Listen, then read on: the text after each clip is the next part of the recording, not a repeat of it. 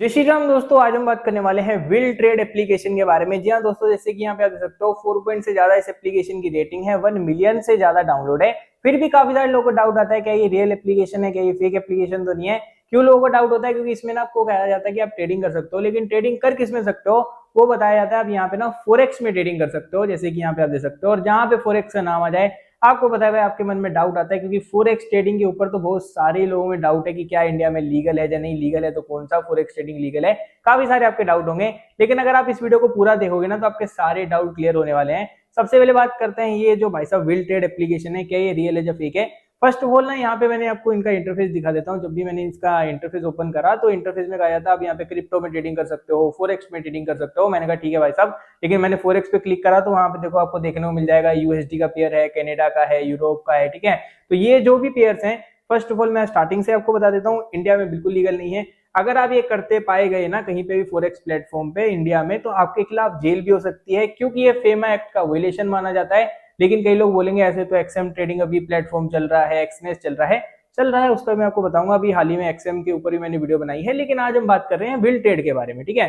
तो ये जो विल ट्रेड है ना, विल ट्रेड को आप एक्सएम से कंपेयर नहीं कर सकते। एक्सएम भी इंडिया में लीगल नहीं है, लेकिन उनका जो इंटरफेस है, यूआई इंटरफेस है, लाइसेंस है, उनको काफी जगह पे मिल रखे हैं भाई। ऑस्ट्रेलिया में उनको लाइसेंस मिला हुआ है, दुबई में, साउथ अफ्रीका में। लेकिन ये जो विल ट्रेड है ना, इनका कोई लाइसेंस नहीं है। इन्होंने स्मॉल से टापू से भाई, जैसे फॉर एग्जांपल सेंट विंसेंट है, वहां से लाइसेंस ले लिया और ये इंडिया में कह रहे हैं कि हम लीगल है। भाई फर्स्ट ऑफ ऑल, ना ही एक्सएम ट्रेडिंग इंडिया में लीगल है, ना ही ये विल ट्रेड लीगल है, क्योंकि इंडिया में आपको पता है फोरेक्स ट्रेडिंग बैन है। और इनको भी भाई आरबीआई की अगर आप लिस्ट में देखोगे तो अलर्ट लिस्ट में डाल रखा है विल ट्रेड वालों को भी। तो कुल मिला के बात यह है कि इनकी एक और एप्लीकेशन है, उसको मैंने अभी हाल ही में एक्सपोज करा था, उनका नाम था ट्रेड डब्ल्यू और इनका नाम है भाई साहब विल ट्रेड। दोनों सेम ही है, दोनों की जो कंपनी आप देख सकते हो सेम ही है, बस एप्लीकेशन के नाम अलग कर रखे हैं। उसमें मैंने आपको बताया था इसमें डिपॉजिट के, विड्रॉल के बहुत सारे इशू हैं, क्योंकि जब लोग यहाँ पे पैसे डिपॉजिट करते हैं, कई लोग बोलते हैं हमारे पैसे डिपॉजिट ही नहीं हुए और पैसे तो कट गए बैंक से, लेकिन पैसे वहां पे शो नहीं हो रहे।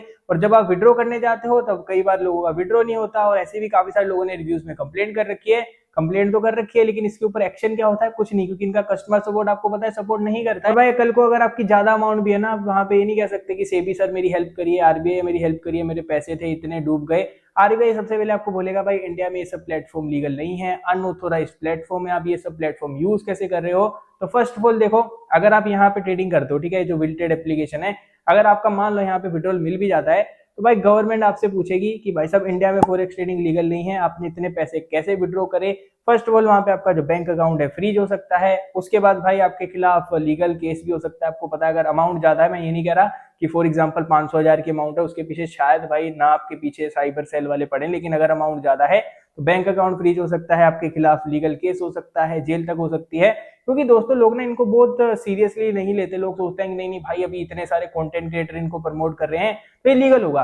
भाई वो प्रमोट कर रहे हैं, वो कहाँ बैठे हुए हैं? दुबई में। वो इंडिया में भी नहीं है, वो दुबई में कह रहे हैं कि भाई फोरेक्स ट्रेडिंग से मैंने ये कर लिया वो कर लिया, वो दुबई में बैठे हैं। आप हमारे इंडिया में हो, इंडिया में अभी फोरेक्स ट्रेडिंग लीगल नहीं है। और जो फोरेक्स ट्रेडिंग लीगल है ना, वो भाई साहब उनकी टाइमिंग है 9 बजे से लेके 5 बजे तक। और जिसको ना आप कर सकते हो भाई ट्रेडिंग, जिसमें एचडीएफसी आ जाता है, अपना एचडीएफसी स्काई है, जीरोधा है, एसीआई डायरेक्ट है, वहां पे जाके आप ट्रेडिंग कर सकते हो। लेकिन वो इंडियन पेयर्स होते हैं, फॉर एग्जांपल इंडिया और जापान का पेयर है, इंडिया एंड यूएसए का पेयर है, उसमें आप ट्रेडिंग कर सकते हो। वो ट्रेडिंग इंडिया में लीगल है, लेकिन उसके लिए भी आपको टेक्निकल एनालाइज बहुत कुछ सीखना पड़ेगा भाई, ऐसे वहां पे आप नहीं कर सकते। और ये सब प्लेटफॉर्म में तो आपको बाइनरी ट्रेडिंग ये सब देखने को मिलती है, जो इंडिया में लीगल ही नहीं है। तो जिससे आपको काफी ज्यादा कॉन्सिक्वेंसेज का सामना करना पड़ सकता है। उसके बाद इधर विड्रॉल के इशू है, डिपॉजिट के इशू है। तो कुल मिला के बात यह है, इस प्रकार की एप्लीकेशन से दूर रहिए। क्योंकि जो एक्सएम एप्लीकेशन है ना, वो भी वैसे इंडिया में लीगल नहीं है, लेकिन उसको मैं फिर भी कह सकता था कि उनका इंटरफेस अच्छा है, उधर ज्यादा दिक्कत नहीं होती, उनको बहुत ज्यादा लाइसेंस मिल रखे हैं। लेकिन ये तो एप्लीकेशन बिल्कुल ओलम ट्रेड जैसी आप समझो, इसमें तो ओलम ट्रेड से भी घटिया ही है, मतलब सच बता रहा हूँ। हमको इनके इंटरफेस बहुत बेकार है, विड्रॉल की इशू बहुत ही ज्यादा है। तो इस प्रकार की एप्लीकेशन से दूर रहिए और एक्सएम से भी दूर रहिए। मैं एक्सएम की तारीफ नहीं कर रहा, वो भी इलीगल ही है इंडिया में, बट ऐसे मैं बता रहा हूँ कि उनके जो लाइसेंस है वो काफी तगड़े हैं भाई। साइप्रस से लाइसेंस मिल रखा है, काफी ज्यादा कंट्री से लाइसेंस मिला हुआ है उनको। इन्होंने तो भाई छोटे से टापू से, सेंट विंसेंट हो गया, सेंट लूसिया हो गया, वहां से भाई साहब लाइसेंस लेके कह रहे हैं कि हम लीगल है। क्योंकि वो ज्यादा जो छोटे टापू होते हैं वो ज्यादा पूछते नहीं है, उनको होता है कि भाई आप लाइसेंस ले लो, प्ले स्टोर पे अपनी एप्लीकेशन को लीगल करा लो, लेकिन भाई साहब हमें पैसे दे दो। उनका कंट्री का ये हिसाब रहता है। पर दोस्तों देखो, हमें किसी कंट्री से कोई लेना देना नहीं है। इंडिया में फॉरेक्स ट्रेडिंग अभी लीगल नहीं है, तो इसलिए मैंने आपको बता दिया, इस प्रकार की चीजों से दूर रहिए, नहीं तो आपको काफी ज्यादा कॉन्सिक्वेंसेस का सामना करना पड़ सकता है। बाकी दोस्तों मेरा कर्तव्य था आपको अवेयर करना, मैंने कर दिया। तो अगर आपको वीडियो थोड़ी भी हेल्पफुल लगी हो तो इस वीडियो को शेयर कर देना। देना ताकि ज्यादा से ज्यादा लोग अवेयर हो पाए। तो बस आज की वीडियो में इतना ही था, मिलते हैं आपको नेक्स्ट वीडियो में, तब तक के लिए जय हिंद, जय भारत, वंदे मातरम।